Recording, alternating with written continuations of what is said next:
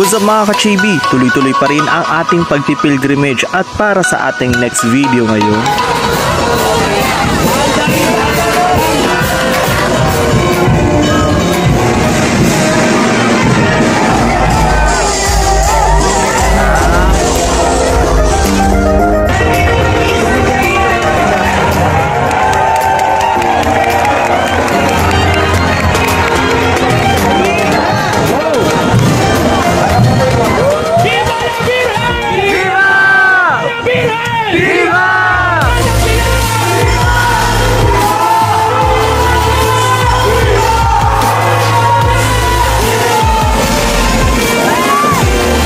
Halina at samahan ninyo ako at welcome to the Pilgrim's Road.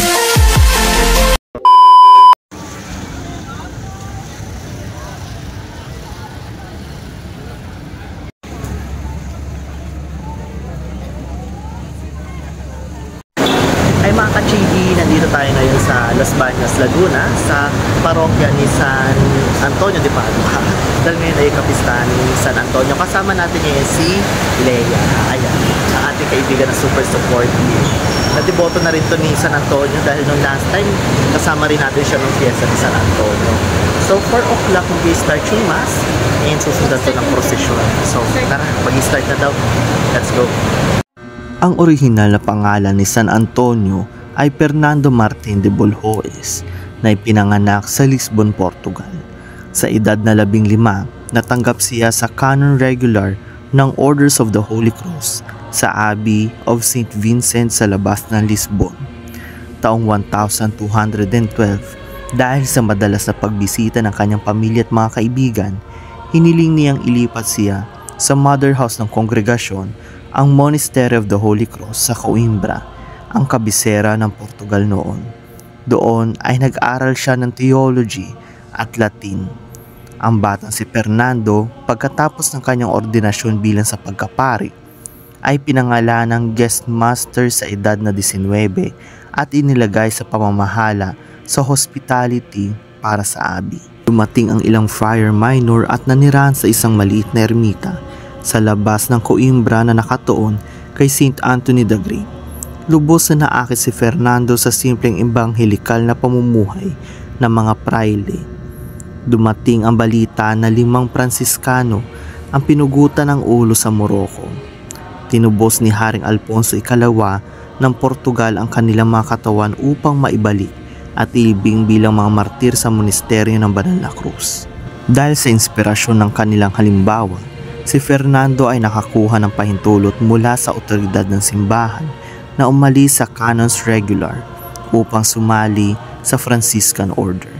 Sa kanyang pagpasok sa buhay ng mga praile, sumali siya sa maliit na ermita sa Olivais na pinagtibay ang pangalang Anthony mula sa pangalan ng kapilya na matatagpuan doon na nakatuon kay St. Anthony the Great, kung saan naman siya ay makikilala.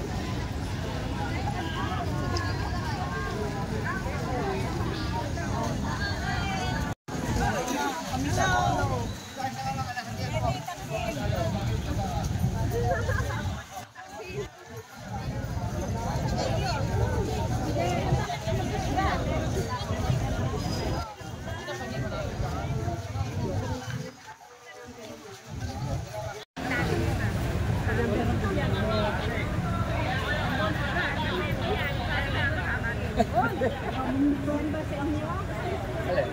Oo, yung mga kulay. Ayan. Makukulit na. Sumayaw. Ayaw, yung makulit yung mas Ayan. Oh. Oh.